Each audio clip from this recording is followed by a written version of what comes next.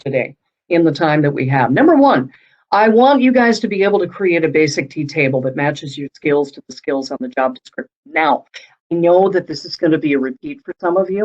Believe me, there's a reason for madness. This is so important right now. This really, if you're not used to doing it this way, this is what employers are looking for. So that's why I keep harping on it.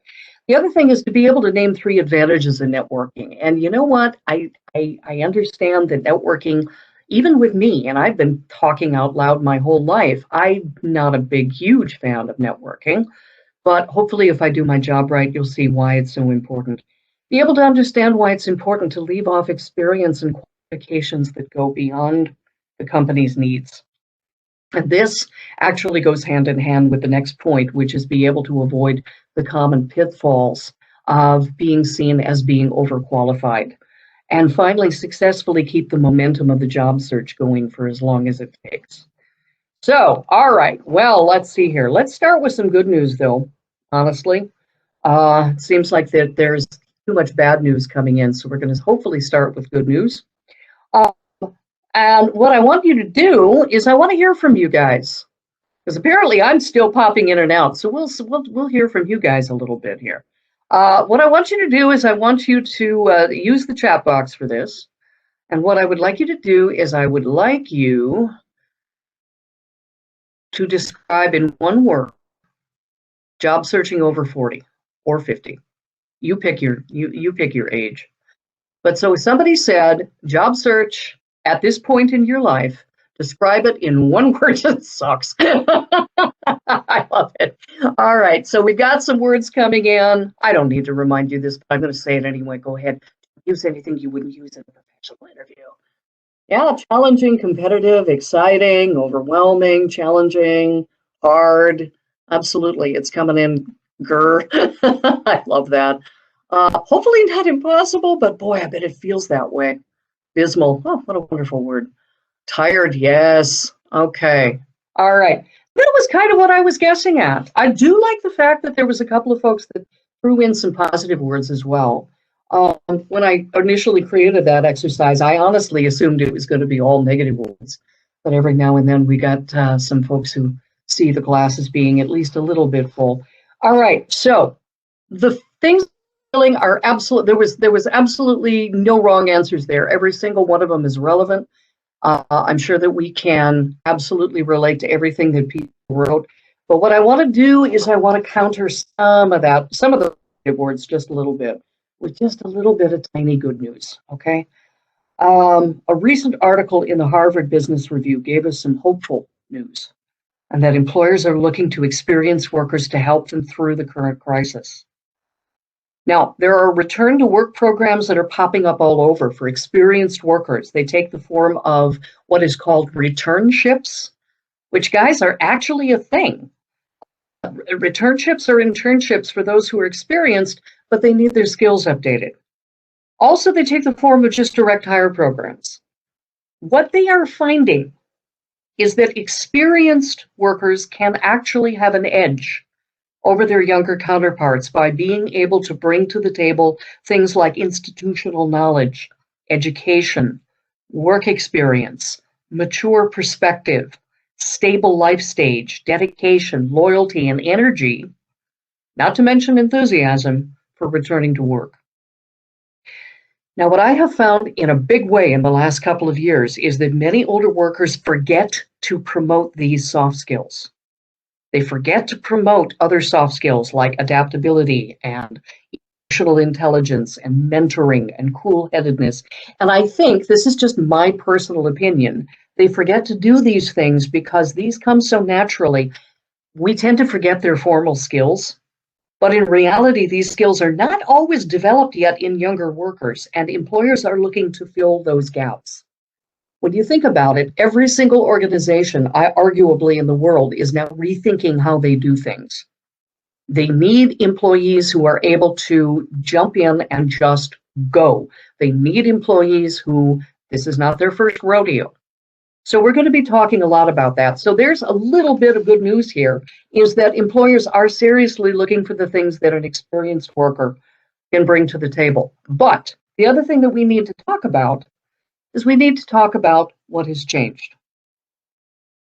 If you have been out of the workforce for a significant amount of time, or you've been working in sustained employment for many years, you may find that things like resume writing, interviewing, the job search itself has changed. What used to work may or may not work now. Those of you who work in fields where employment changes often, now you guys might be aware of some of these changes, but here's the thing. Current events have actually altered things like interviewing skills and things drastically. So I think there's going to be something for everybody here. Now in this section, we're going to be talking about the need to match your skills to the skills listed on the job description. I mentioned that before. We're going to be talking about the importance of networking. We are going to spend some time on teleconferencing, which has been the big seismic change. And we're going to be talking about you yourself. Oftentimes, we don't give a lot of thought about how we ourselves have changed since the last time we interviewed for a job and how those changes affect how we market ourselves. Okay? So, I talked a little bit about matching your skills for the skills listed. So, as you may or may not know, historically, resumes have been written chronologically, and I would argue even some interviews have been conducted that way. So, you know the drill. You list the duties of your most recent job at the top, and you work your way down from there. Now, in this model, the responsibility was on the hiring manager to make a connection between what you've done before and what he or she wanted you to do now. All accomplishments pretty much were considered important, even if they weren't directly related to the job being pursued. Now, I do want to throw in a sidebar before I go too much further. Chronological resumes are still being used in certain circumstances today. They've not gone away. So please don't take away from this that a chronological resume is automatically wrong, because it's not. What I would suggest is reach out to CareerForce and ask the folks you talk to help you decide which type of resume is best for telling your story. Now, these days, employers want to see directly and quickly the actual experience and accomplishments you have that directly relate to the skills listed on the job description. That's why they have ATS software, applicant tracking software. Are you matching the words and phrases in your resume with what they want? So the T-table exercise is not something that you hand to a hiring manager. It's an exercise that will help you prepare to define how you are the best fit for the position. So the first thing you do, you draw a big old T on a piece of paper. Doesn't have to be pretty. It's just an exercise. Nobody's going to see it but you. On the left, you're going to pick out the keywords and the phrases on the left column. This is what they say that they want from the job description. Next, on the right, you are going to be writing how your accomplishments and experiences actually match that keyword or phrase. Okay, you want this? Great, I've done this. This is how. You want this? Great, I've done that. This is how. This is what you're doing. So the process will give you a clear picture of how you fit this position. Prepare how you do your resume, prepare what you're going to talk about in the interview, and basically give you a clear picture of, is enough of a match? Do I even want to go through this? Now, I love the T-table. When I first learned it from a workforce center, it just opened up a whole door for me. So again, this is one of these things that we will help you with if you like this idea and if you want to pursue it. What am I saying? If? Of course you will. Now, I'm going to move on pretty quickly, as I said before, just because I want to make sure that we get everything. We lost a couple of minutes there at the beginning. So I'm actually going to zip really quickly onto networking. But again, we're going to take a look at these questions. Marnie and I will get back to you at some point, whether it be today or, excuse me, right now. We may even put them into the chat box anyway, because then we can grab them and we can try to get back to you individually and answer these questions as well. But I want to get onto networking, because this is another thing that I find so important. Now, the statistics are consistent across the board. 75 to 80% of jobs come from knowing somebody who knows someone. A sobering reality is that there are many jobs available that simply will not appear on job boards. These jobs are advertised through word of mouth, through associations, or company-related sites. Networking and informational interviews can really help the experienced worker, especially one who has not been on the job hunt for a long time. For example, okay, let's say that you now, and a lot of people do at this point, you now want to make a career change and you want to get into something that you've never done before. Or maybe you're like me, maybe you want to get back into something that you did but you haven't done for a long, long time. Now, the big question for you folks is, do you have the skills that will make you competitive? The best people to give you that answer, I firmly believe, are the ones that are actually doing the jobs you seek. We can help you. But if your area is accounting, I'll be honest with you, I know very little about accounting. All I know about accounting is what I've learned from working with accountants, which is not a huge amount, okay? The best people is to talk to the folks that are doing it. Seek out those folks. Ask them to review your resume and give you feedback on whether they think you are out of the box ready or whether you may need to update your credentials. Networking and informational interviews can also assess whether or not you even want that career change. So if you're thinking about a career change, you talk to some people within that new field, you may discover that new job is not exactly what you want. That's fine. Back out of that road, go down another one. That's perfectly fine. Talking to people that are doing the work that you're thinking you'd like to do will also be able to give you insider tips on where to find the jobs, what specifically employers are going to want to hear. They can tell you things like what the important software is, or if there are certifications that could put you over the top, what kind of language to use. Gracious, when I decided I was going to flip from high school teaching to teaching adults, the thing that I learned from my mentor is, Robin, stop calling yourself a teacher. If you're working with adults, you are a trainer or you are an instructor. Now, another advantage to networking is that you can find out where the jobs are posted. And insiders can share things like, you've had these conversations before. There's nothing right now. We're still kind of waiting out the pandemic, but they really are going to try to bring on a new position in late spring. It sounds exactly like the thing that you want, Robin. Get back in touch with us, okay? So find out those insider tips. And finally, more experienced workers are choosing to focus on specific companies or organizations rather than waiting for the jobs to be posted. So honestly, right now, think about a company or an organization that interests you. Research it thoroughly. Review your qualifications, especially the skills that you have that's going to be valuable to them during this current time of difficulty. Reach out and meet them. It can be something as simple as a quick phone call or an email. Let them know that you are simply opening the door for a possible relationship. You're not expecting to create a position for you right away, and you don't actually want to push them too much in that way. Now, I've had some people misunderstand informational interviews, and they feel like, oh, it's just another opportunity to interview for a job. That can actually alienate them, and you don't want to do that, but you just want to find out more about what they're doing and getting them thinking positively so that when a position does open up in the future, they're thinking about you. And I'll be happy to talk a little bit more about that because I have been helped enormously by informational interviews in my life. I'm a real big fan. Okay, now I know that you guys probably want to talk about this, certainly after the problems we've gone through this morning. Let's talk a little bit about teleconferencing.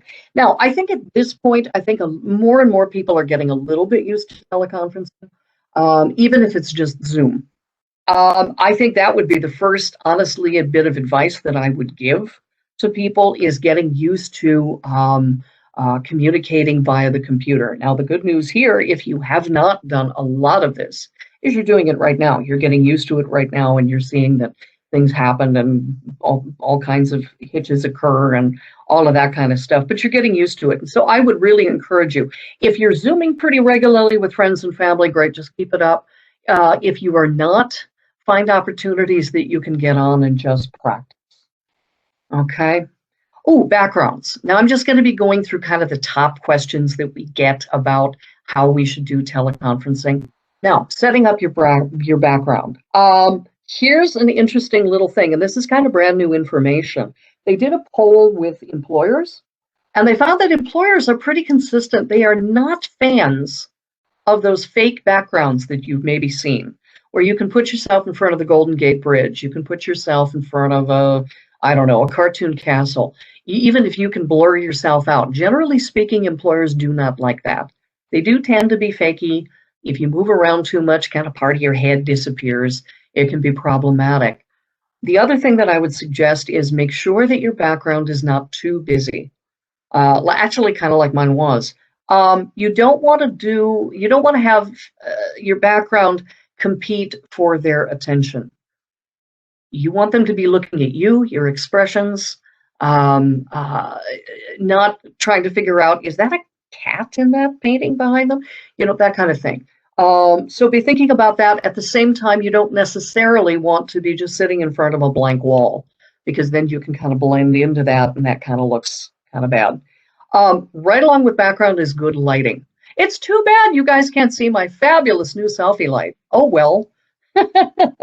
You want to make sure that you're not sitting right in front of a bright window, because then you're going to be a silhouette.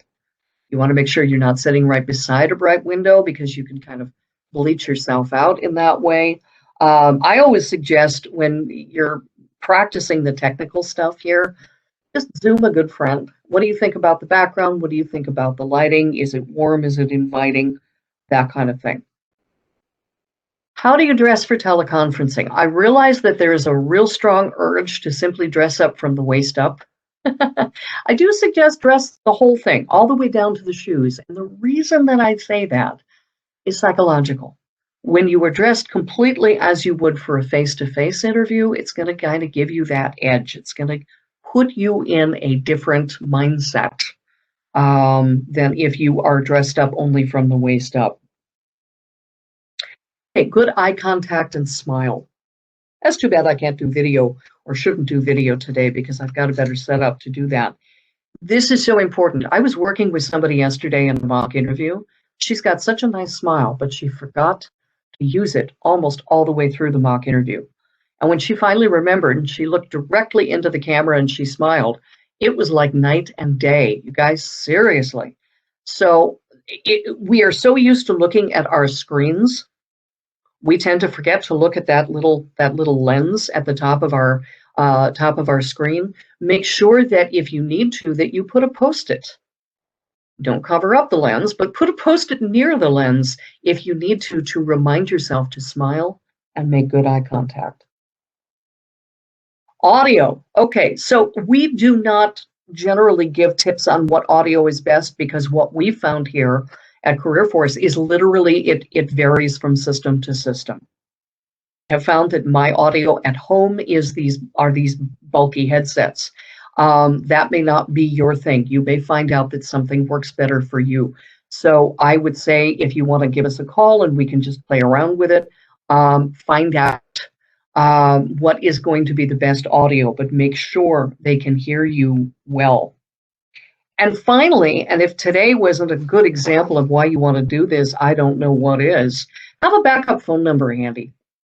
Always make sure that when you go into a teleconferencing interview, that you have just a plain old-fashioned phone number of that person you're going to be talking to. So if there are problems, if things do start breaking up, you can give them a call real quick and get suggestions about what to do next. Okay? All right. I feel like I'm running a marathon, but I want to make sure I get all of this in, guys. The final thing that may have changed since you last interviewed is you. Take some time to think about the following. How do you feel about looking for employment now? And do those feelings show? Now, of course, if you are really enthusiastic about the idea, that is fantastic to show. But if your feelings are negative, if you still have some emotional leftovers from your last employment, or maybe resentment about having to even be looking for a job at this stage in your life, this could be a problem. What I recommend is reach out to somebody in your life that you trust to be straightforward with you. Ask them if they pick up on any bitterness or resentment, or just struggle to move on when you're talking about your last position. If they are, feel welcome to reach out to us because we can help you find ways of talking about your current job search situation in a positive and effective way. I was actually working with someone not terribly long ago, and I predicted 10 minutes before she finally told me that she had been fired from her last job. And I totally got it from her, just how she was talking and the word choice and everything else. And if I could figure it out, a savvy interviewing manager is going to be able to figure that out as well. And sure enough, she said, I keep getting asked to interviews, but I haven't been able to close the deal. And saying that it was her choice and how she was coming across that was doing that to her. The other thing is evaluate your skills. You've accumulated many, many skills both on the job and just plain living. What makes you a better candidate today than you were the last time? What have you learned or gotten better at that maybe a younger employee have yet to learn? I mean, sometimes it literally gets down to things like being more adaptable. Just by having been around the block as many times as we have, a lot of times we are just able to be more mellow about change. Whereas the individual right beside us who is younger, who hasn't learned those skills yet, can still really struggle with change. And finally, what are your goals? Now, they are almost certain to ask you about this. And it's going to be really important for you to have a specific answer. Now, your goal may be to retire in 3 years. And I've heard from a lot of people saying, yeah, I got to look for a job now. But the point is, I'm hoping to retire in about 3 years' time. What I would suggest is that you work with us on how to answer that question of where you see yourself in 5 years or whatever it is. The thing about it is, obviously, you want to be honest. But I would also hate that somebody says something that takes them out of contention. And I can't give you general advice on how to do that because it really gets down to the specific job you're going for and everything else. So that's why I suggest that you reach out to us about how to answer that questions. Okay, now we've talked a little bit about what has changed since possibly the last time that you were on the jobs hunt, but the other thing I wanted to talk a little bit about is mistakes that employers tell us that experienced candidates often make. Now, these are directly employers saying these are the mistakes we are seeing experienced workers making when they are applying for jobs. Common stumbling blocks tend to be being seen as overqualified. Another big one is just losing momentum, just going at it really enthusiastically and then losing that energy. Letting your narrative negative. We talked a little bit about that before. We'll talk more about it in a minute. And then not updating your skills. Okay, so those are definitely coming from the employers themselves. Now, here's probably the biggest here, this whole idea of being seen as overqualified. The most common reason candidates are perceived to be overqualified is they've listed too many accomplishments on their resume, or they've listed accomplishments and skills that are unrelated to the job that is open. And we actually have some numbers that back this up about when they take away the accomplishments and skills that are not directly related, that's when they start getting the jobs. Let me give you an example of what I'm talking about. Let's say there's a former restaurant manager that genuinely wants to obtain a position as a cook. She did the management thing before. She just is at a point where she wants to focus on the food. She does not want to be management. Now, she might be sending the wrong message on her resume if she includes things like reducing operating costs. That's a management accomplishment. It's a fantastic accomplishment. Totally understand why she wants to put it there because she's probably very proud of that. But a hiring manager wonder if she's going to be tempted to offer advice to her boss about how the kitchen is run. So it might be better for her to focus on the skills that are listed on the job description and not add other accomplishments that were achieved at a higher level. By the way, a skills-based resume would probably be the best for a scenario like this.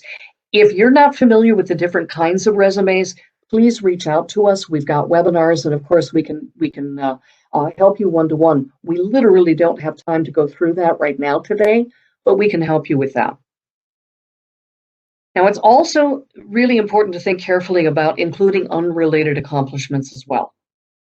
Okay, so let's say in your private time you created a model for neighborhood giving, and it was wildly popular, and the local media got involved and profiled you, and people were, copying it, and it was really, really great. But if you are going for a job that doesn't necessarily call for that kind of innovation or imagination, sit at a desk and work on a computer kind of a job, you could be unintentionally sending out the wrong message about the kinds of things that get you excited and what you want to do. So be thinking, whatever you put on your resume, think about how could this be perceived both positively and possibly how could it accidentally be sending a message you don't want to send. Okay? Now, moving on to the interview, it's really important to remember that the millennials and Generation Z, which, face it, probably will be the folks who are going to be interviewing you. Now, these generations are highly collaborative and team oriented. Now, if you have been the boss for many years, it can be easy to slip back into boss mode and speak when you did when you were in charge. Sometimes that can come across as threatening or off-putting. You may be like me, you may just naturally speak with confidence, but sometimes confidence can be misunderstood as being somebody who may not want to listen to teammates and consider their point of view. It can be a really tricky line to walk. So again, mock interviewing is a great way of giving yourself a chance to practice listening techniques and looking for opportunities of communicating that you're really looking forward to a chance to fit in with their established team.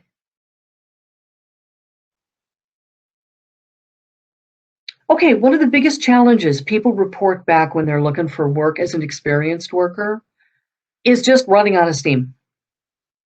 So many seekers share that they start out and they've got loads of enthusiasm and motivation and organization and goal.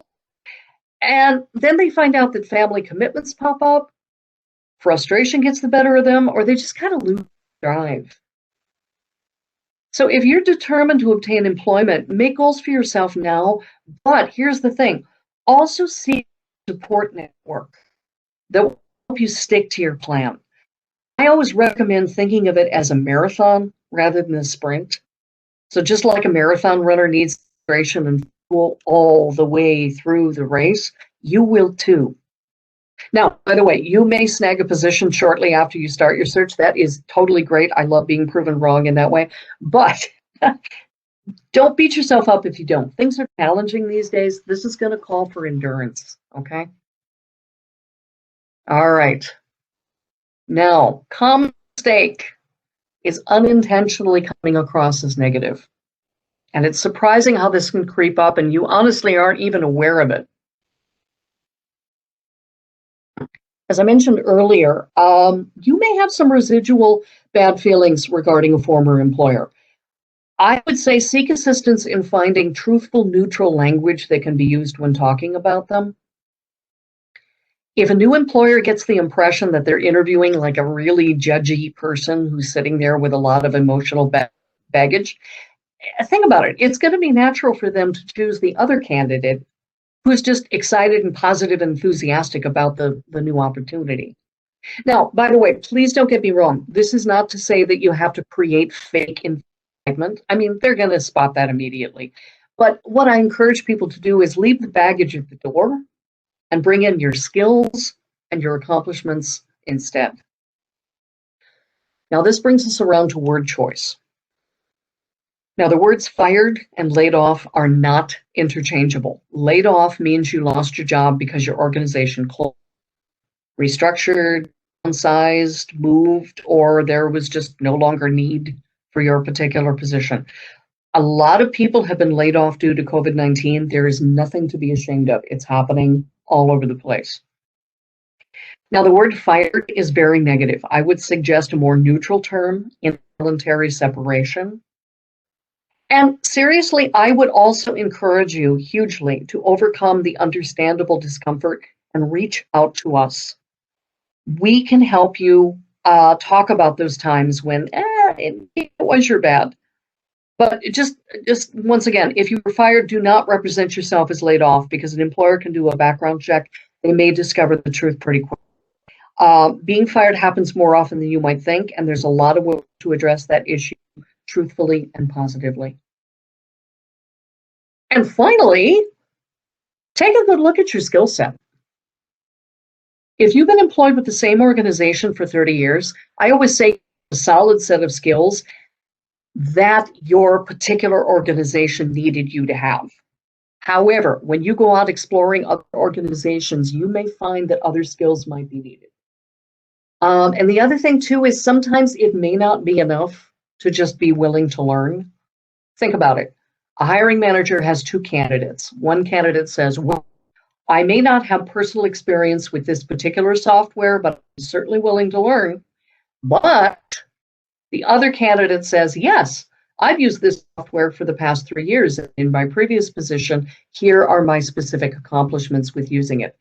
The importance of that software may decide who gets that job. You might be interested in going back to work that you did many years ago. Now, depending on the nature of the work, even a degree may not be entirely what you need to be qualified. So I do have people say, I want to get what my degree is in.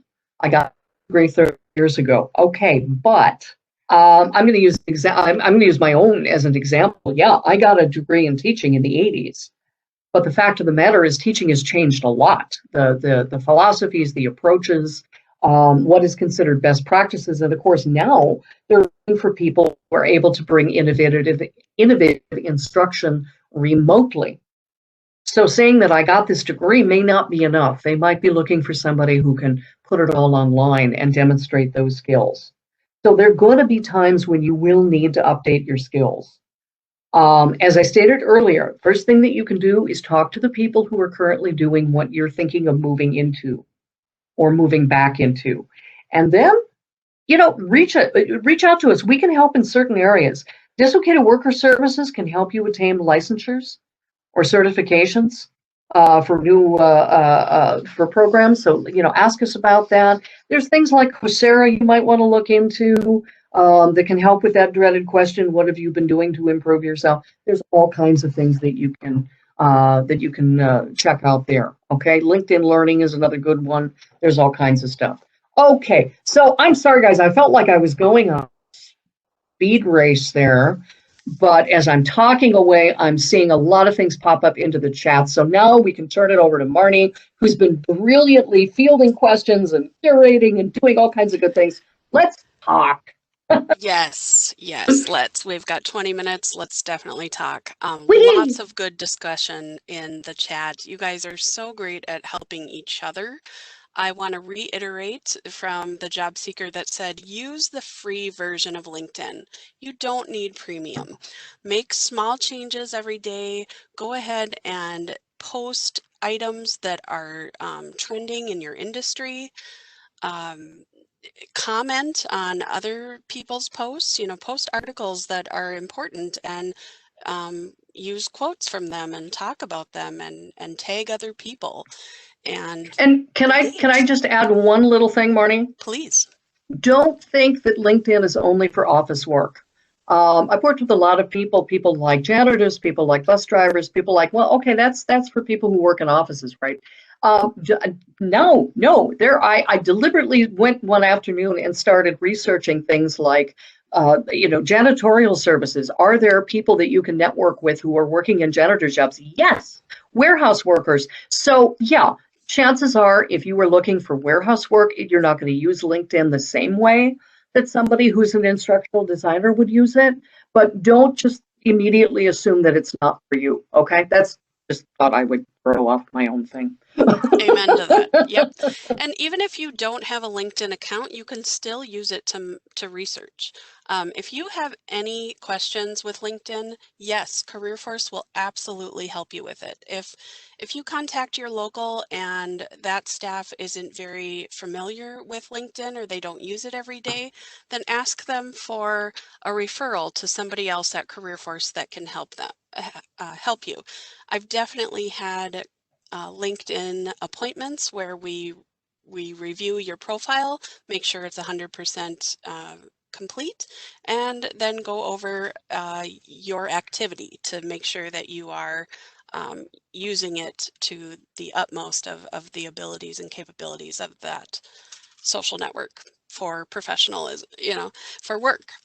All right, another thing that we really need to talk to is this Midwestern feeling that it feels like bragging when you say things that are normal things that you do without even thinking. Robin? Oh, I love answering this question. Yeah, I totally get it, guys. I'm born and raised Minnesotan. I get it. But here's the thing. If it is a fact, it is not bragging. If you increased revenue, if you decreased cost, if you made a customer very happy who is very unhappy before, if you help a child understand something that they didn't understand before, if you were the fastest in loading cases in the warehouse, those are facts, those are accomplishments. That's not bragging. Okay? Basically, what I tell people is if you can back it up with either statistics, or you can back it up with a truthful statement like my boss recognized the fact that I'm very good at this, it's not bragging. So keep it to what have you achieved genuinely, and then simply state it. Okay. It's bragging to say I'm the best webinar producer ever and everyone loved my webinars 10 million times better than anybody else. No, that's bragging. It's also not true. But I have successfully completed, I don't know, 150 webinars for Deed. That is a fact. Okay. Yeah, we absolutely, and we can coach you on this, because I realize that is I'm so glad that you asked that question, because that is a genuine stumbling block for a lot of people, and we can help you get over that. Yes, and let's talk about the breadth of your capability too. If you stick with that one example of presenting online and doing something through WebEx, how well do you do when things don't go right? Right? Like today. So how well, how long, what kind of problems you've encountered, or what challenges and opportunities, and how did you specifically navigate through that? Another thing I want to touch on that lots of folks have been talking about, Coursera and libraries. Please call your local library and ask them about what you have access to through your library card. There's plenty of things that you can get access to using your barcode. I know for the Great River Regional Library, I can get to lynda.com, which is the LinkedIn Learning site. So please contact your local library. Even if you don't have a library card right now, contact them, ask them about what you might be able to access if you do get a card. And I'm guaranteeing you that there's going to be lots of journals to read, periodicals available online, research that you can do online, and possibly getting into some of the classes so that you can improve yourself and your skills as you're waiting for this next job. And possibly even if there's software that you are going to need to know for a new job, every now and then you can actually take advantage of companies' 30-day free trials. That's what I did when I wanted to go back into education. And I knew that software was such a big part of it, and much more than it was when I originally went to school. I had no money. I was unemployed. It was the recession. But what I found is that I researched what was the software that teachers were using most, teachers and instructors. And then I found that the companies were actually offering 30-day free trials. So what I did myself, this is my choice, is I went on, I would download the trial, I would teach myself the software, did everything that I could in 30 days, and then I would back out of it before I was charged any money. And so at the very least, I was able to tell people of my experiences and my accomplishments while I was teaching myself. So that's another idea for you. Great, great. So we have lots of questions about resumes and interviews and best lighting and green screens.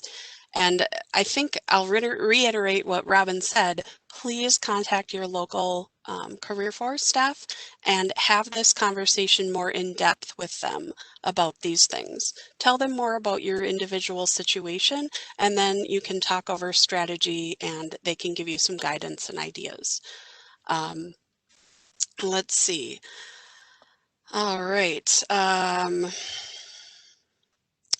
We will be sending out the slides with the speaker notes after class. We are recording today, so we will send that link out to you as well. And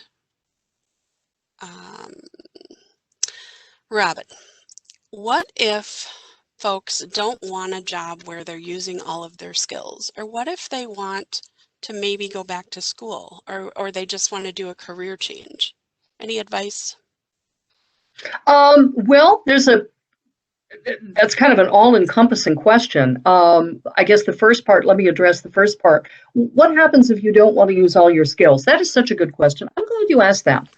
My colleague Paul, who works, I think now in South Minneapolis, I could be wrong on that, so don't hold me to that. I heard him. I sat in on some of his classes, and I adore him. And he pointed out at one class that I sat in, he said, "I can't believe how many people put skills on their resume that they don't want to use." And I was like, "Yay! I'm so glad you brought that up." Some people feel like you need to put everything that you can do well on your resume, but here's the problem. I think all of us can say that there are things that we do well that we just don't. And particularly as an experienced employee, now that you've kind of been through it all, if you're like me, you're getting a little pickier about what you want to do. For me personally, it's selling. I've always been very good at selling. I've never enjoyed it. And I really do not want a sales job. So the thing about it is, if you really know a skill like selling that you never want to do again, don't put it on your resume, because you could be sending the wrong message. And I've had this happen where I put stuff on my resume, put me in a box, and they think, oh, that's what Robin does. She's a salesperson. And that's actually the last thing that I want to do. What happens if you want to change your career? That's a biggie. We teach a whole class on that. So I would say reach out to us on that. I have actually taught this to people on a one-to-one basis as well. I think the first thing is to have a very clear idea of what you want to do. And that is a major hurdle with some people. We have got online tools that can help guide you through that process. But honestly, if you don't know where the end of the race is, how are you going to do well in running the race? So the biggest thing is to find out what you want to do. Now, that may be looking around, finding out, talking to people. Real quick, and I want to make sure that we've got time for other questions, but an example of this from my own past was years ago. I was thinking about being a volunteer coordinator. I actually worked as a volunteer a couple of places. I befriended some of the people who worked there. It seemed fun. I called up the Science Museum of Minnesota because their volunteers are fantastic. I'd never met the volunteer coordinator before. She was a total stranger. I introduced myself on the phone. I said, I'm thinking about possibly pursuing a career in this, but I know nothing about it. Could I possibly beg 30 minutes of your time? Could you tell me a little bit about your job? And she said, sure, no problem. She said, I'm super busy right now. So she said, if you can wait 2 weeks, let's absolutely meet. And so I said, no problem. And so we met. Long story short, through that meeting, I discovered I didn't want to be a volunteer coordinator anymore. There was just a whole bunch of things about that job that were kind of less flashy, less fun. There was a lot of sitting on the phone begging people to come in and do things. There was a lot of Excel spreadsheets and organizational things that didn't appeal to me. And so that's the big thing, is that decide what you want to go for, reach out to us, and then we can come up with a plan. Okay? Thank you. Well said. Okay. Again, this will be a reiteration, but I think it needs to be heard. Robin, if you know the name of a hiring manager, is it a good idea to try to connect with them somehow, either on LinkedIn or otherwise? Yeah, I don't think there's necessarily anything wrong with it. The idea of connecting with them is not a bad thing at all. I would say just keep in mind that not everybody is always going to have a job at this particular point. And if you come across as, I want to connect with you because I want you to hire me, if you approach them with that attitude and they do not have anything to give to you, that can leave a bad taste in their mouth. I've spoken to people who planned on doing an informational interview, and I kind of asked, what are you going to talk to them about? And it was just pretty much a regular interview. And I thought, wow, that's putting them in a really bad position. Meeting people who might be in a position in the future to hire you is great. You never know. I mean, I met somebody over 10 years ago who owned his own company at the time. We kind of waltzed around each other for a while with the idea of me working for him. It never worked out, but he's still a contact, and he has since moved on to Amazon. So you never know, where things may be a few years. If things don't work out right now, they may be, somewhere down the line. But again, if you're looking for information, make sure that that's what the meeting is all about, not about selling yourself for a job. Indeed. Okay. Do you have to have an online presence of some sort or a social media profile? Very good question. I'm saying more and more the answer to that is yes. It doesn't have to be big. As Marty stated, it doesn't necessarily have to be as big or involved as other people. You will know your industry. There are industries that absolutely live online. There are jobs where they're going to be expecting you to post articles, write articles, comment on articles, and that's a big part of that job. There are other jobs out there where, no, they don't do that. But I would say here's the thing about online and having a presence online.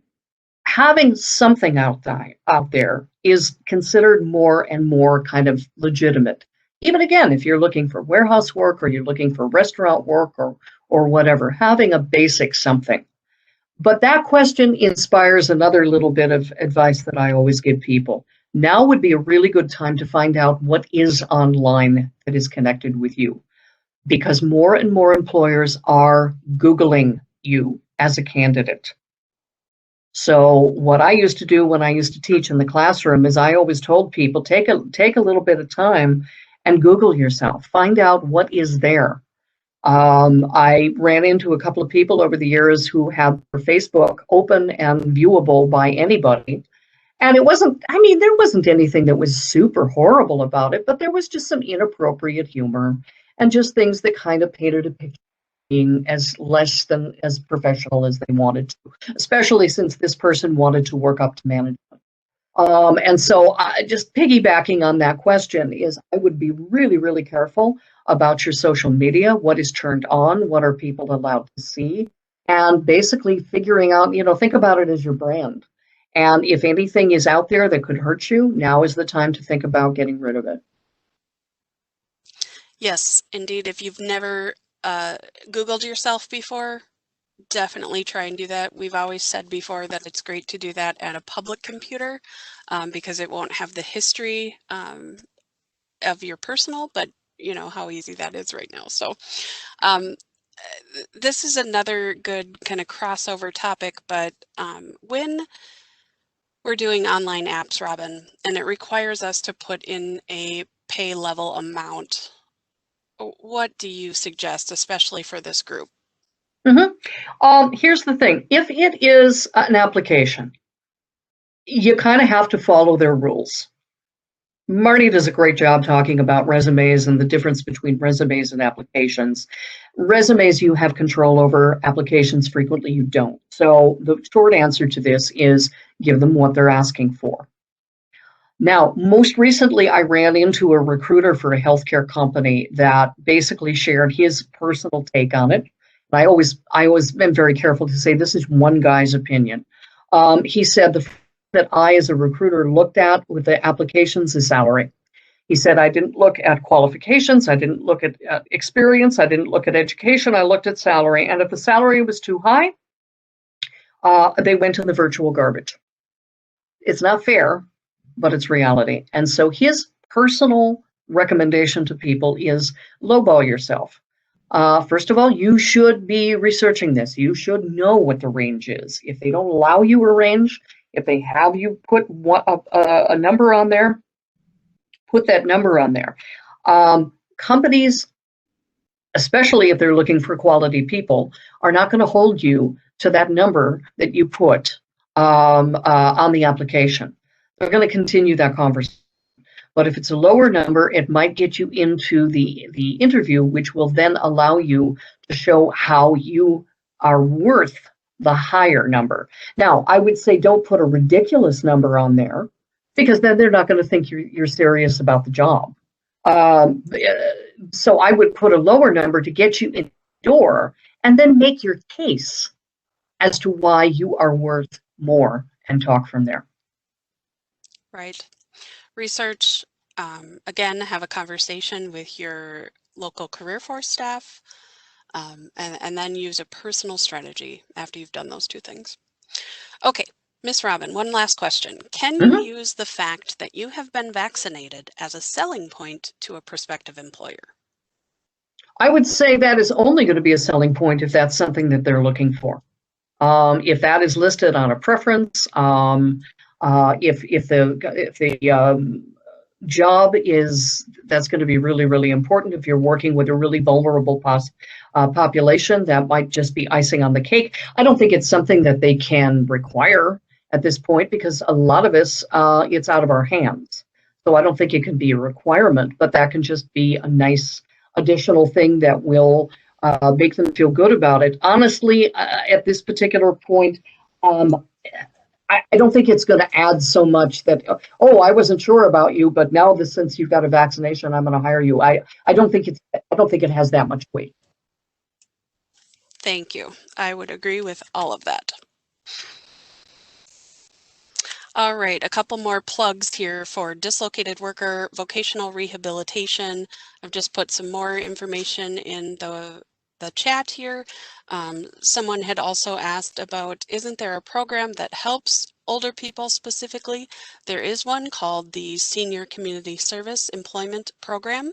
There are different administrators of that program throughout the state, so please check out the web page. Oh, Marnie, can I interrupt for something that is really exciting for me? Yes, please. It's been so long since I've been able to teach this class in person. All of my resources I tend to forget about. AARP is a really great place to do some research. They have actually got a section on their webpage about companies that are very enthusiastic about experienced workers. Not only do they hire them, but they really like and see the value of experienced workers. And I'm pleased and proud to say that Minnesota's got a great showing. So I would suggest researching AARP. The other thing that I like to talk about is nextavenue.org, which is a product of public radio and public television here in Minnesota. And it's a ton of helpful resources as well. So I would say, I think Shift Online is still happening in some way, shape, or form. It used to be the only networking group in the Twin Cities for experienced workers. I'm gonna confess, guys, it's been a while since I've checked them out and know what they're doing now. I don't think they're meeting in person at this point, but I suspect, knowing the people as I do, that they've got online offerings as well. So shiftonline.org. Is another thing as well, so that there are helpful websites all over the place. And I think that brings us up to 11 o'clock exactly. Yes, it does. Thank you guys so much for patience with the technical problems that we had today. I'd love to say we did that deliberately to show you, but it just happens. You'll be hearing from me tomorrow at the very latest. I'll be sending you out a packet of stuff. And Marty and I are always here, and we can help you with all kinds of things as our schedules allow us to. So reconnect with us, reconnect with your local career force. Stay warm. Have a wonderful day. Yes. Thank you, Robin. Thanks, everyone.